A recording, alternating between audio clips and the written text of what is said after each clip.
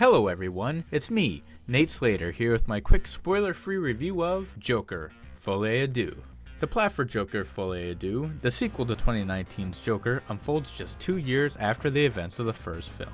Arthur Fleck, now embraced by Gotham as the Joker, awaits his trial in Arkham Asylum, where the question of his sanity looms. Is he truly insane, or merely just a cold-blooded killer? The film introduces Harleen Quinzel, another patient at Arkham, who's captivated by Arthur and his chaotic alter ego, Joker. As their relationship intensifies, both characters descend deeper into madness, exploring themes of love, chaos, and mental illness. The narrative itself blends a courtroom drama, romance, and Broadway flair, all while incorporating a touch of dark humor. The cast of Joker Folie À Deux features a few familiar faces, alongside a host of new talent, adding to the excitement. Joaquin Phoenix reprises his Academy Award-winning role as Arthur Fleck and his alter ego, the Joker. Joining Arthur in this chaotic journey is Lady Gaga as Harleen Quinzel, an Arkham patient with an intense obsession for the Joker. Kathleen Keener portrays Mary Ann Stewart, Arthur's compassionate lawyer who believes he is not the monster society has painted him out to be. Harry Lotley takes on the role of Gotham's newly elected Assistant District Attorney, Harvey Dent, resolutely working to prove that Arthur is not insane, but rather fully aware and intentional in his actions. Finally, Brendan Gleeson joins the main cast as Jackie Sullivan, the ruthless Arkham guard who derives enjoyment from mistreating the asylum's inmates and harbors a particular obsession with Arthur. With the major players in the cast out of the way, let's take a closer look at some of the supporting characters. Steve Coogan makes an appearance as Patty Mayers, a renowned TV journalist seeking to advance his career by trying to sensationalize Arthur's story. Lee Gill has a small, no pun intended, cameo as Gary Puddles, the same character whom Arthur spared in the first film. Additionally, Zazie Beetz reprises her role as Sophie Dumont, Arthur's former neighbor who he had an obsession with in the first film.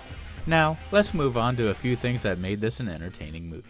First off, the film's opening was done in the style of a 1930s Looney Tunes cartoon, which I thought was very fitting for this movie, seeing that the Joker is kind of a wacky character, just like the Looney Tunes were. Another highlight from the film was Arthur's charismatic presence and the way he captivated everyone he encountered. He seemed to cast a mesmerizing spell on those around him, drawing them in with his larger-than-life persona. It was fascinating to see how, despite being a murderer, people were inexplicably drawn to him, as if they were yearning for a piece of something unattainable.